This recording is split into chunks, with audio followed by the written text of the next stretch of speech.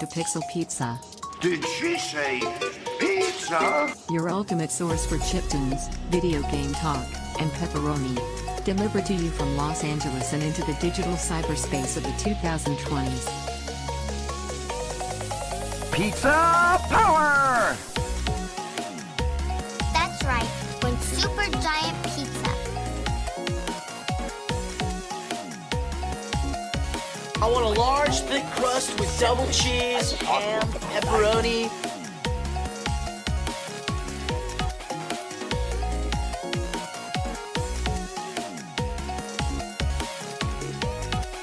Hey, where's my pizza? Pizza time. Hello, audience. Welcome back to Pixel Pizza. You just listened to our first musical track of the episode, and that was called Quantum Love featuring Puni Puni Den. And that comes to us from our guest for this episode, who I'm about to sit down and talk with. Now, he is a longtime game composer. He is an anime composer. He is internationally recognized. He is a former guest of the original Pixel Pizza run. And now he is back here with us in 2022. This is James Landino. How you doing, James? I'm doing well. That was such a nice intro. Thanks. I worked on it. Yeah, I'm doing well. Busy as ever. Can't complain. As you said, I'm working on a few video game soundtracks right now. Working on an anime project as well. At the time of the recording of this podcast, I think a show is about to be announced too, but I can't technically say yet. But so, it's all good things over here. How are you? Yeah, all good things too. I've been working on a bunch of projects and this show has been going great. I've had a lot of awesome guests. I think some you've worked with actually. 2 weeks ago, I had Lake Feppard on and we were talking about music. Yeah. That's fantastic. A lot of really interesting guests, and you are now one of them. All right. Yes, yeah. I'm the interesting one. So let's dive into it. I like to start my show. Certainly people who have been with us since the old days would know, but as a refresher for our new audience, when in your life did you know you wanted to work on games? I've known I want to work on games since I think I first played a video game. I was 4 or 5 years old at the time, and my babysitter, we would go to her place sometimes, and she had, at the time, a Sega Genesis and a Super Nintendo. And so the first 2 video games I ever played were Sonic 2 and Legend of Zelda: Link to the Past. Not bad for your first 2 games to start on. So, right? Needless to say, that began, you mentioned Lake Feppard, and I'm sure for those who listen to that podcast, Lake Feppard is a big fan of Sonic the Hedgehog titles, and, made their own, games inspired by that. Same thing for me as well. I'm huge into the Sonic the Hedgehog franchise, to say the least. I worked with Lake Feppard on a few games of his. Ever since I was 4 or 5 years old, I love video games. I love Sonic. I love Zelda. And from that point onward, it was really just a childhood kind of fantasy dream. Like some people say they want to be an astronaut or they want to be the president of the United States. For me, it really was, I want to work on video games. And I'm grateful every day that I get to do this for a living. That is so awesome. What was like your first project you started on? The first project I ever worked on was a game called Flash Revolution. For those who don't know, Flash Revolution is a fan-made version of a popular music game called Dance Revolution. So if you ever go to the arcades or you go to the movie theater, you'd see, this huge like dancing game with the 4 arrows that people would dance to the music. That's Dance Revolution, and I was also a very big fan of that game. And so Flash Revolution was back in Internet 2.0, 2003, 2004. I found the website flashrevolution.com, which was basically just a fan-made version. And so this fan-made version allowed anyone to submit their own music to be in the game. And at the time, I had already been playing piano for 7, 8 years. My parents, forced me and my brother. It's kind of a rule in the house. The rule was that we had to play a musical instrument from the beginning of school until the end of high school. That was the rule. Were your parents And musicians? what's that again? Were your parents in music? They were not. They were Oh. not musicians. My parents were athletes and very smart business people. But creatively, no. I hope my parents don't get too cranky. They don't really have a creative bone in their body. They try. My dad likes to joke that he played piano once, and the teacher told him you should stick to football.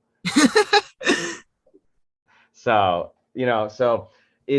my parents this there are always confused where my creative energy comes from, because truthfully I don't really know exactly too, except from video games maybe. But so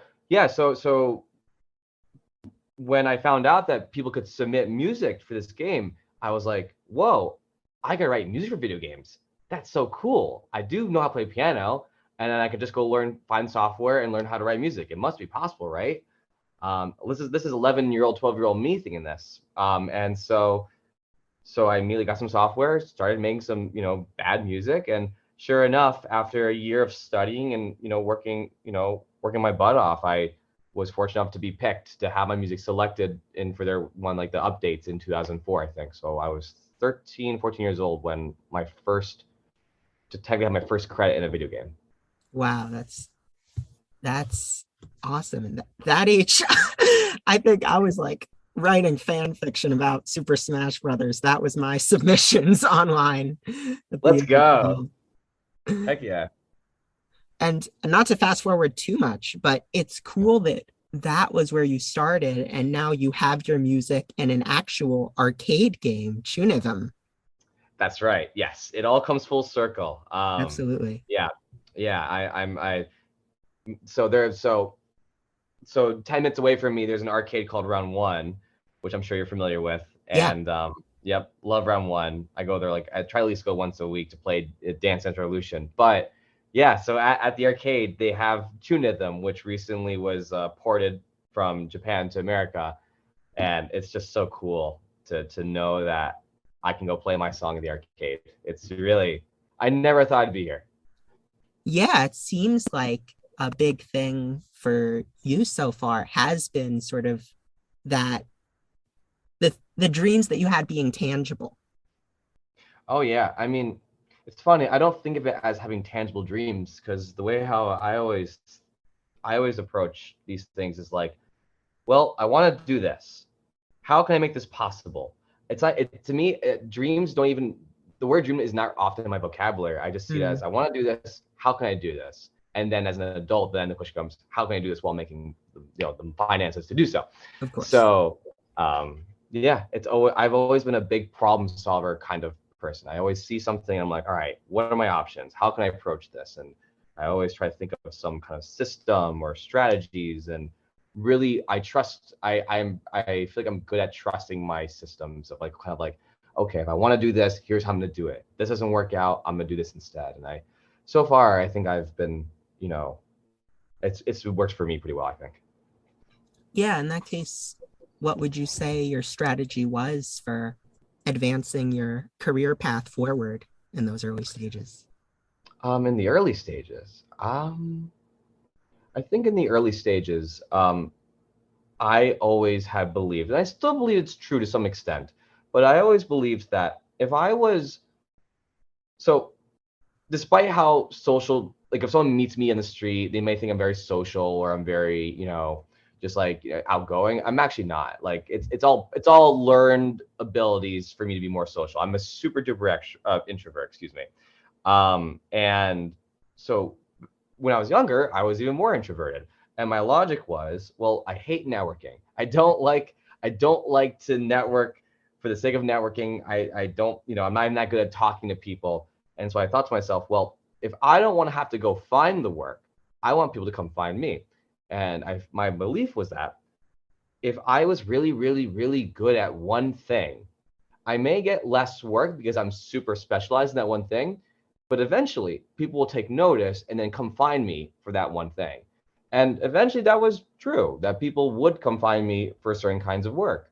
In this case, rhythm games. And so to this day, I still believe that for anyone who wants to do something, at least in the music space, my belief is that it's not just good. It's good also, of course, because if you're focusing on one thing, you probably really enjoy it. You should, right? I love working on rhythm games. And so it kind of goes hand in hand of I always want to work on music games and rhythm games. And also it's actually really good for getting work because then people will know you as that person who's really good at one thing. Yeah, you're reliable. Mm-hmm. Yeah. But that's something I never would have guessed of you. Yeah, like as you said, certainly when I've met you at PAX or MagFest or any of those networking sort of spaces, yeah, you're super outgoing. And I never would have guessed that that was something that you had to sort of build up and work on. I would have thought it was natural. Oh yeah. If you had met me, in high school, it's even more intense, but I think if you had met me when I was 18, 19, 20 years old, I think you or anyone would have been surprised to see kind of just how quiet and reserved and just, awkward, just generally just an awkward person. I'm still awkward now, but at least I try to be more honest with my awkwardness. But Sure. just back then, it definitely was a long road of just working on being more social and being comfortable with myself. Definitely. Yeah. So as far as rhythm games go, I mean, there are ones where it's more straightforward. You just press the buttons on the screen, but there are like some of the ones you've done with Harmonix and other companies, they're more dynamic, where Mm-hmm. like the design and the music are more intertwined.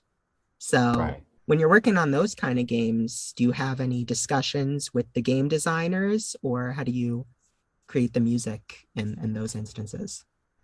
That's a good question. And truthfully, it varies all over the place. So for example, the last project I worked on at Harmonix, I worked on a game called Drop Mix. Drop Mix was a collaborative project between Harmonix and Hasbro. And it was the concept of the game is that it is a physical DJ card game. You have a deck of cards, and each card inside has an RFID chip inside with containing music, and you would place the cards on a special mat that would read the card and then play music from like your iPhone or speakers or whatever. And so you could mix and match cards. So I have a hand of cards, of different audio stems, like Michael Jackson vocals with Justin Bieber drums with Queen guitars. And so Oh, you can just mix and match. And we designed the system so that anyone without any musical knowledge at all could play any card they want and it will sound musical and enjoyable to the ear. And so I was one of the few people who's in charge of building that system.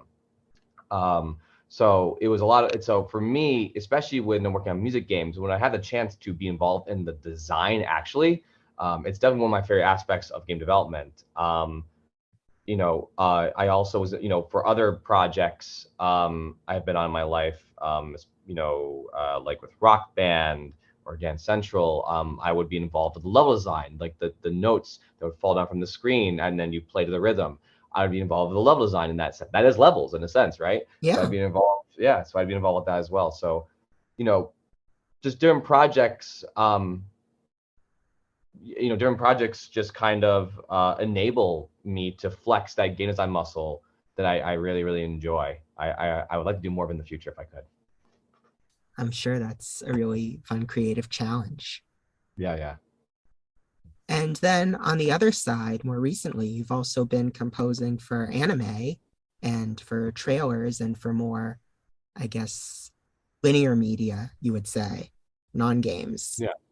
And how does that process differ for you? So with music games, at the very least, and most video games are like this. One has to be mindful of. So I'll say this way: with music games, even if it's like a single song that you play to the beat, I still need to be mindful of the notation that I'm writing because I want to emphasize to the level designers of fun, interesting gameplay for you to beat match and play the rhythm to. So certain melodic lines I need to consider, or vice versa. Certain lines or certain ideas I should probably discourage because it may not be as interesting to the ear. So there's that creative challenge. For something like anime, actually specifically with anime, fun fact, unlike film or TV, so usually for film or TV, composers score to picture in the sense that you when you're given a scene, you write music of what's happening in the scene. You have the literal video in front of you as the composer, and then you're kind of like, okay, this is happening, so we're gonna cue up to here, and then the horns go in this moment, right, so on and so forth. In anime, that doesn't really happen. In anime, you actually basically write a bunch of music of emotions or feelings or discernible tones, and then there's an audio supervisor who then places that music for select episodes or scenes. It's a different approach actually. I wasn't familiar with that until I'd worked on Tower of God the last year, 2 years ago. It's been so long. But yeah, I think it was last year it came out. So it's just interesting how usually people assume if you're familiar with that creative world, people would think, okay, we just scored a picture for everything we do ever in visual media, and if just anime is just actually it's not done that way. Yeah, that's surprising. I didn't know that. I was just watching a video about the making of a cartoon, and for this particular cartoon, they had the composer come up with the music first, and then the writers and the animators and everybody created the story based on the emotional beats and the music. Wow, interesting. What show is that? I think it was called Breadwinners. Interesting. Okay. Yeah. That's very common. What's it like for you collaborating with people internationally? It's great. It's so currently I am studying Japanese. It has been an overwhelming gauntlet because I'm great at math. I'm great at math. I'm great at problem solving and business and things like that. Language has always been my weakest skill. Going back earlier to me not being very good at socializing, it really highlights that I'm not good at language, even in English, in my opinion. And then when you get to a whole other language, especially when it's difficult as Japanese, Oh yeah. I have no strengths at play here. So, I study every day. I try my best. And I can speak broken Japanese if I'm required to, and I am determined to be able to speak this fluently. But I realize it takes me twice as long to get half as good as my peers, and that's just the reality I'm under. But so to answer your question with international people, it's just awesome. Being able to work, with Japanese artists, for example, it's so much fun. I think they appreciate too, just that I can speak enough Japanese to communicate things and for them to, to work creatively at things. It's great too because I work with a lot of Japanese singers lately, and they'll provide me Japanese lyrics, and it's just a whole different way of writing lyrics in Japanese than you would in English. So there's just these things I never considered until I started doing that. And a different kind of note. So for one of the games I worked on, No Straight Roads, that whole composer team, we're all international. That by and large, the whole team. We got Falco Young, who's in Malaysia. We've got Andy Tunsil, who's in the UK. Michael Staple, he's in Canada. Me and Funk Fiction, we're in the US. So it's and then when you look past the audio department into other teams, it's really worldwide. It's so cool. I love it. I love being able to just work with people outside of the US, and then when I'm fortunate enough I can go travel and then get to go meet them. It really is I to be honest, when you ask that, I kind of realized, wow, that is really cool. I never really thought about that much of like how many international people I work with. I appreciate you saying that. Yeah, for sure. I think it's one of the most exciting things to see you've been doing. Oh yeah. And also, I never even mentioned it, but you worked on the remaster soundtrack for Kingdom Hearts 2. That's pretty big. That was a cool one. Yeah. So at the time, I think still a lot of productions are. So Kingdom Hearts and several Kingdom Hearts and Final Fantasy games were recorded in Boston at WGBH. Oh, no kidding. Yeah, yeah. So Kingdom Hearts 2.5 and Final Fantasy 13.3 and I think other projects by Square Enix, they were recorded at WGBH. And so I was fortunate enough to be one of the assistant engineers for recording those orchestra sessions. So for the remasters for 2.5, they want to do a whole overhaul of the soundtracks so that we get the remastered versions or the original versions. And so we were responsible for recording the orchestras for the remastered versions. And man, just being able to work with Square Enix and being able to hear that music in essence live in the studio, just unreal. Wow, yeah, that must have been crazy. Yeah. Especially since it was remastered as opposed to like from the ground up. You're like, working on enhancing these already beloved tracks. Exactly. It'd be a whole big experience. Mm-hmm. How do you, when you're working on a game, process the particular vibe that a scene or a level is going for? Well, so it depends on, I think so for me, it always starts with what does the creative director want? And because at the end of the day, as a composer working on a video game, by and large, the mentality is how can I make their vision a reality? Different creative directors give me different lengths of leashes of how far I can go on my own versus how close they want to what they want. And usually it's fairly long. For No Straight Roads, for example, that was a pretty long leash. I could do, they were excited to work with us and just, let me and the team go off and do whatever we want to do as long as we kind of hit like the main points they want to hit. So it depends in that sense. But no matter, just on a creative level, it's kind of embarrassing to say. When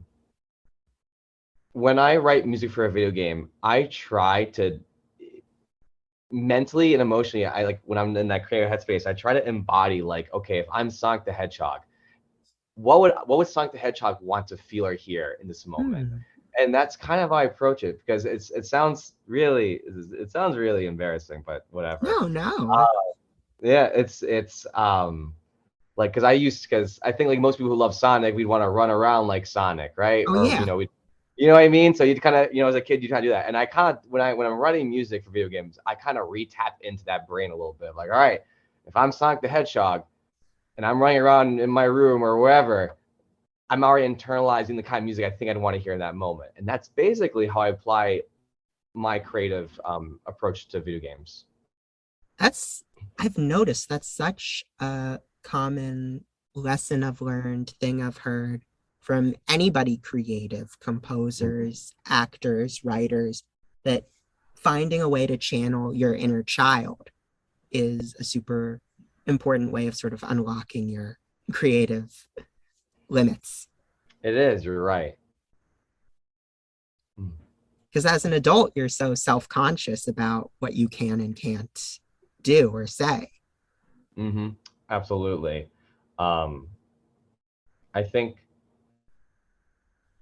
on a separate but related point, I think as adults, like, we're self-conscious about, retapping into our childhood behaviors, and it kind of works against us. And so I still believe that one of the best things I ever did for my music writing was becoming a DJ, because as a performer, growing up, I had humongous stage fright. I was always terrified of stage. I was terrified in being in front of people. Introvert. But so being a DJ, for better or worse, kind of forced me to break out of that shell. If I want to be a decent DJ, I needed to be on stage, be comfortable with everyone staring at me and noticing every micro detail about me, and having their opinions or judgments, and knowing that I'm okay with that. And when I got more experience being a DJ, it actually led me to be more comfortable with myself, If 1,000 people are watching me on stage, whether I fuck up or do something silly or who knows what, excuse the swearing, by the way. If I Okay. mess up, if I mess up or something like that, it's okay. It's totally okay. And so now, knowing that it's okay for me to be my goofy, awkward self, I have less reservations with just immediately activating that childhood brain of mine if I want to be creative, especially if that involves being creative in a collaborative space with other people around. Because I used to be super self-conscious of writing music and people hearing my music as I'm writing it. These days, I'm much more comfortable with, if someone walks in the room and hears me in my musical headspace or kind of doing whatever the heck I'm doing in the studio, I don't care anymore. So it definitely, DJing was a humongous part, I think, in me really reinforcing the foundations of thinking like a child when I want to create. That's great. Yeah, that's something else. When did you start DJing? I started DJing when I just turned 21. Oh, then you could get into the clubs. Exactly.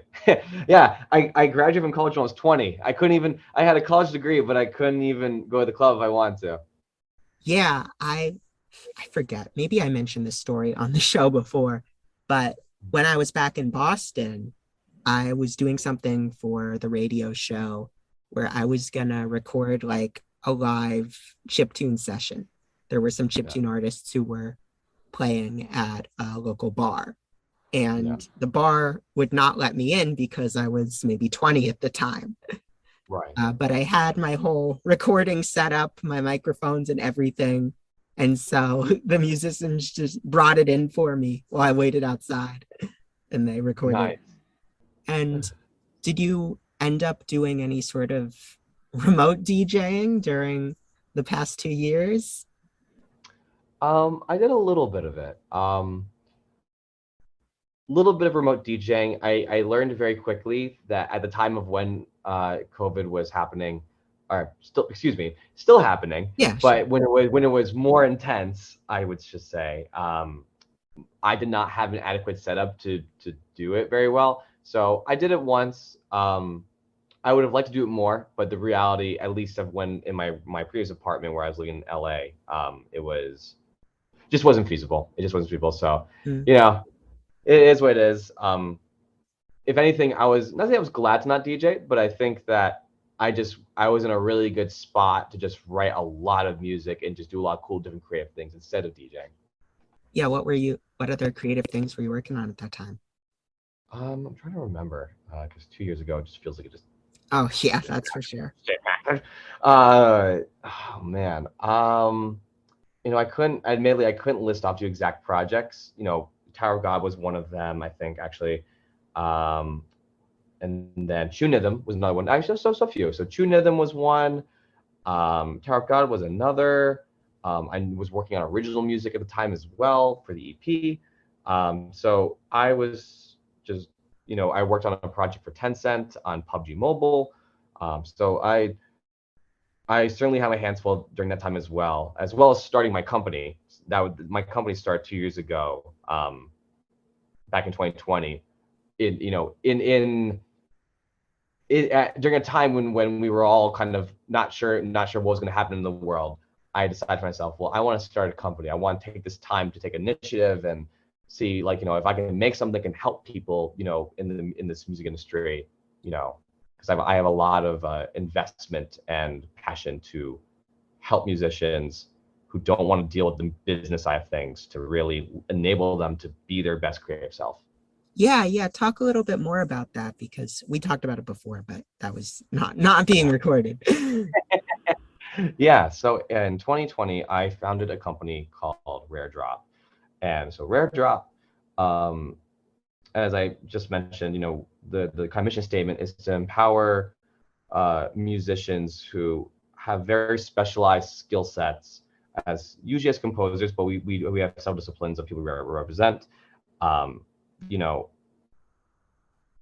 we work with just composers who are very talented, hardworking, and whose music is really, really wonderful. And yeah, we represent them. We help them get to work, and then we also help them with releasing their music as well. Basically, the kind of one-stop shop for really letting the composer or any creative talent just do the creative part so they can just focus on making the best thing possible that they're happy with. And then me and my team can take care of the back end side of things that 99% of people don't want to ever deal with. Yeah. How many people Yeah. are on your team? So it fluctuates a bit, but the core team that we represent is about, I think, 8 or 9 people. And then when it comes to like associate kind of people who, you know, for certain situations, I think it expands, you know, close to like 15 people. Oh, cool. Yeah. I'm sure managing that is a lot. It is a lot, you know, but I enjoy it. Most importantly, I really do enjoy. I never thought I'd be running a company in my lifetime, at least not at this age. And so I've really come to enjoy being in that position, you know, and truthfully also, just putting it bluntly, it feels awesome to help my friends pay their bills. You know, it feels great to know, and there's also a lot of tremendous responsibility that comes with it.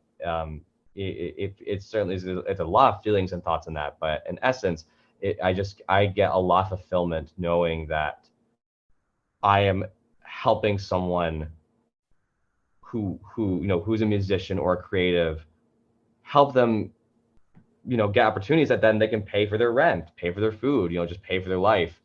You know, it just feels wonderful knowing that that I can be part of that journey with them. Yeah, that's super important. I can Yeah. imagine that Yeah. means something to you and to Yeah. them. So I guess back on the other side of things, I've wondered, what are the differences for you working with a small indie team versus a larger company? I think the immediate thing that comes to my mind is that usually with large companies and corporations, the deadlines are much, much tighter. Without naming specific names of companies, sometimes these turnarounds can range to 1 week of, you know, I'll have a 1 week deadline. I think the most intense deadline I've ever had was a 24-hour deadline. Very tight deadline. So corporations just simply are not too nice when it comes to, hey, I would like some time to give you the best thing possible. And usually the response is, well, we need it by this day. I'm like, okay, I guess I'm gonna get to you by this day. So that's the first fundamental difference. Usually with indie developers or clients, they're much more flexible to varying degrees. You know, especially when we're talking about indie developers in different countries and continents, the culture of a deadline is just completely different.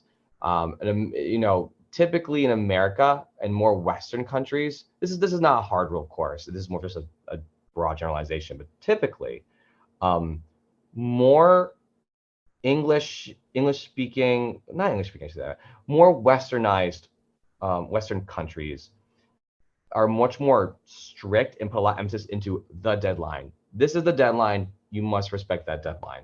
And other countries are just simply more flexible and just more loose with that. And so, you know, you mentioned earlier about working with international people, and that's definitely one of the things that I had to, you know, be understanding to, was that, you know, if I need something by a certain day or they need something by a certain day, they don't actually, yes, they would like it, or like on this, they don't really like it. They don't mean it on at this day. Typically, it usually means around this time.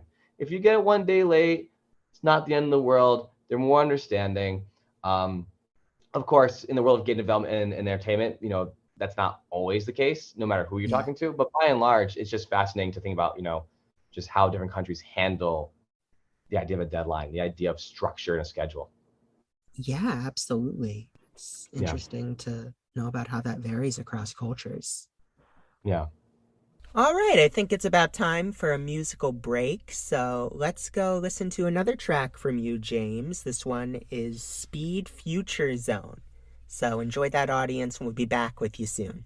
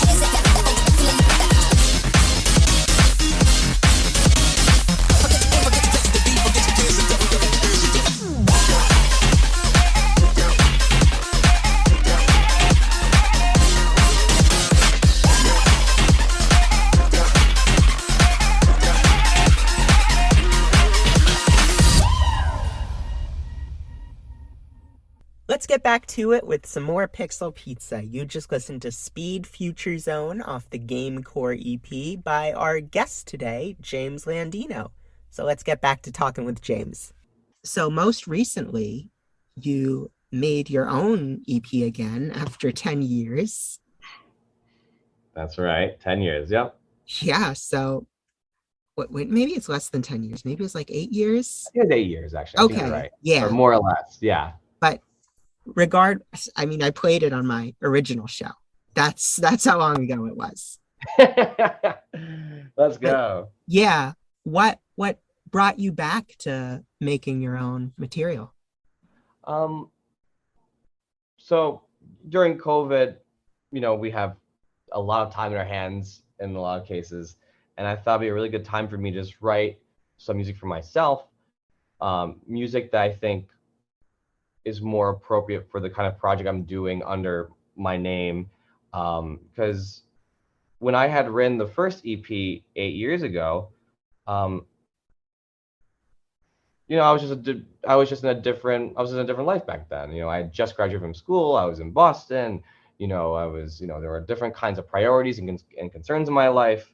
It's funny though, now that I realize that, as you asked me, if there's one common thread between both of them, is that they were both designed, like the production of the EPs was actually pretty similar.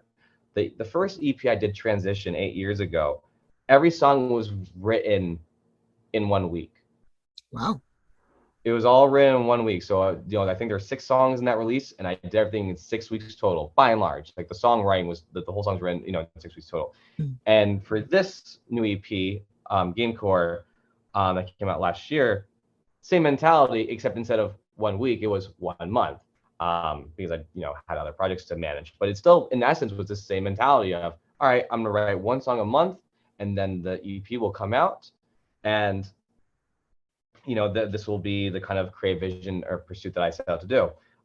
That's just how, it's funny, it's just how I am. I'm just a very structure-oriented person, and I'm usually more focused. I like to have a more focused project that way. So it was a lot of fun to just write music for myself, to be under that structure, and just write different kinds of music. That was more, I think, more true to me as a person. Yeah, I could feel in it that it was very representative of, your own personal style that you've cultivated over the years. Yeah. And I guess in that sense also, was there anything new you've learned since you wrote Transition that you put into this one? Good question. I've learned a lot of things over 8 years, that's for sure. Yeah. Something that I learned, I'll have to think about that one for a minute, because I always saw EPs, for me anyway, as just like a snapshot of a snapshot of that time in my life. And in retrospect, I feel like I should have done more EPs. I think a bit more, if I had more time, I'd definitely do more of them. But so I think I don't have a good answer for you of what I've learned. I definitely will marinate on that thought. I think at the very least, usually when I finish an EP, is when I kind of become more reflective on myself as a person, because I kind of think about like, okay, like I made this EP at this time, and now let me kind of just like marinate and think about where was I at actually? How did I really feel about this in this time? It really becomes a good excuse for me to kind of be more introspective. Mm. Yeah, and so what did you think about after you had done this one, since it's been a little while, you said? I think for me, I feel like I had really done a good job of coming to terms with who I am as a person. And of course, when you listen to the EP, it's not really about that. It's just more about my just creative energy as a person. But, under the hood of where I'm at, I think I've learned a lot about myself, realizing that a lot of things that I've been working on about myself have come to fruition, being more mindful and being more just refined as a person, like when I talk to you, knowing that I'm being truly myself, Not trying to be something I'm not, or trying to puff myself up a certain way. Yeah, to me, it is really kind of peeling off the layers, I think, of a persona I may have had before in the past subconsciously, and now it's like, no, here's me. Here is this under the low key, really goofy guy who wants to make fun music, and not be ashamed about my inspirations and influences. At least at face value, that's what Gamecore is. That's great. And I think that's also a super important thing to note, because I feel like, advice anyone gives anyone over the years is just be yourself. And Right. They make it sound so simple, like it happens overnight, but no, it takes years to come to terms with who you really are and present that to the world in an authentic way, no barriers, no anything. So Exactly. yeah, You're absolutely for right you about to that. finally get there is Thank you. such a great story. Going back to the DJing, recently you did a set at AX, right? So this past June, so I technically did not perform at AX, but I had a show during AX. And I was performing with a very popular artist that's been just kind of blowing up over the past year. Their name is Demon Dice, and they are one of the currently, at least in the kind of digital internet kind of VTuber kind of space, the kind of streamer YouTuber space, she's one of the most popular right now. And so it was really cool opportunity to perform with her. It was a sold out show. Just Wow. It was a really good show, and it was just a lot of fun to play with her, and also other artists like Tayloid, who is also a very popular Japanese music composer and DJ. I got to also perform with DJ Marilyn. I got to perform with my friends Kino and VGR, also known as Video Game Remixes. So it was just a really wonderful show, a really wonderful party.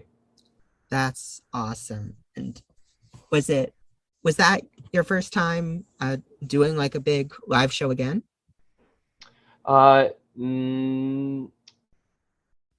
So right around when the rules of COVID and pandemic were just starting to soften a bit, was when I started to play shows again. And so I got to play a show in Atlanta back in last October. I did a show in December in Pittsburgh, and these were crowd sizes of 4,000 people. Wow. So yeah, so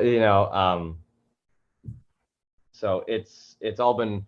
So I've done a few shows, and it's just been really good to get back in there and just see being able to feel crowds again, and for that, and seeing how excited they are to be back in a show type venue again. It's just really good shows all together. Yeah, I would think so much of being a DJ is feeding off the energy of the crowd. Oh yeah, absolutely.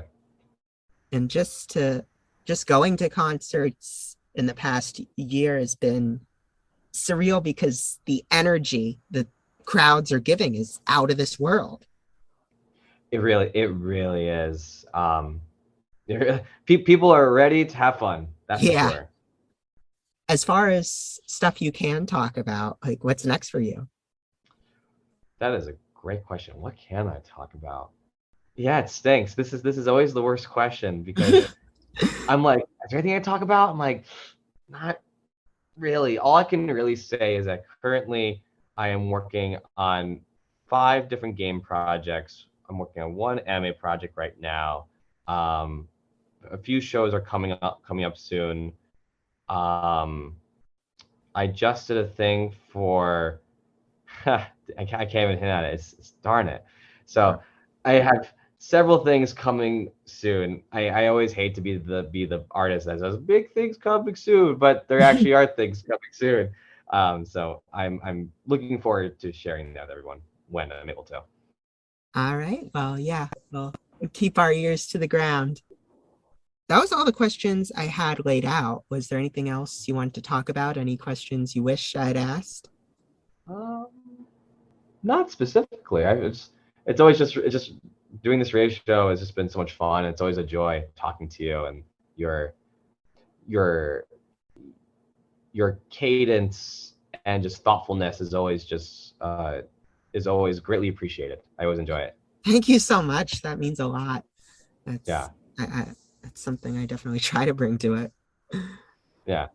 Yeah. So then, if that's all I've got, I do have to end with the classic Pixel Pizza question. Where's your favorite pizza place? Ooh, that's tough. In LA, that's even tougher. Shoot. Yeah, I need to know yours because I'm still learning what my I favorite. know, I'm still learning mine too. I think right now, if I just go pull up, it's if I go pull up this name, I think it's I know the name. It's three numbers. It's 786 degree pizza Hmm. is my favorite pizza right now. There's one in Pasadena. There's a few of them. And there's one Pasadena and there's one Northridge. And it's really, really, really good pizza. They have this chicken tikka masala pizza. Ooh. It's so good. They have like a not shish kebab. It's like what's it called, like the meats like that you kind of shave off when you go get Oh, like a gyro. yeah. I would think it would be gyro. Yeah, like the kind of like the German. They have like one like a pizza like that with like some kind of like tzatziki sauce. It's basically Ooh. this. If I understand the story correctly, this Indian guy with no Italian background decides, you know what, I want to go study how to make a pizza, and so he travels to Italy, studies making pizzas for 10+ years, and then decides then to go start a shop in LA. And he then also, because he was in Italy for so many years making the pizza, he hired like a specific like wood oven designer from Italy to make that oven in LA. Like he brought that person out. And so it's just this Indian, guy just making awesome pizzas that are just kind of these cool fusion flavors that you never get anywhere else. And it's That's so good. amazing. It's really good. I gotta try that now. I'm excited. May go Oh, order yeah. it after this. All right. Well, thanks so much for chatting with me, James. Thank you so much for having me. This was so much fun. Yeah, it's been a blast. So where can people keep track of you? You can find me twitter.com/James Landino. That's where I'm most active. Other places, if you want to follow my music, Spotify, James Landino. You can find me on YouTube under James Landino, or if you want to keep me up on Instagram, I'm also there as well. Those are the best places to keep in touch. Awesome. So, I'll pass those along to our listeners. I don't know, listeners, I should have asked this. Are you checking the descriptions, people out there in podcast land? Because I'm always putting in all the links to everybody, all the developers. So you should be checking those if you're not. Okay. So we are going to close out with another track from James off the Game Core EP, and it's called Stars. So enjoy that one, and we'll see you next week with more Pixel Pizza. Bye-bye.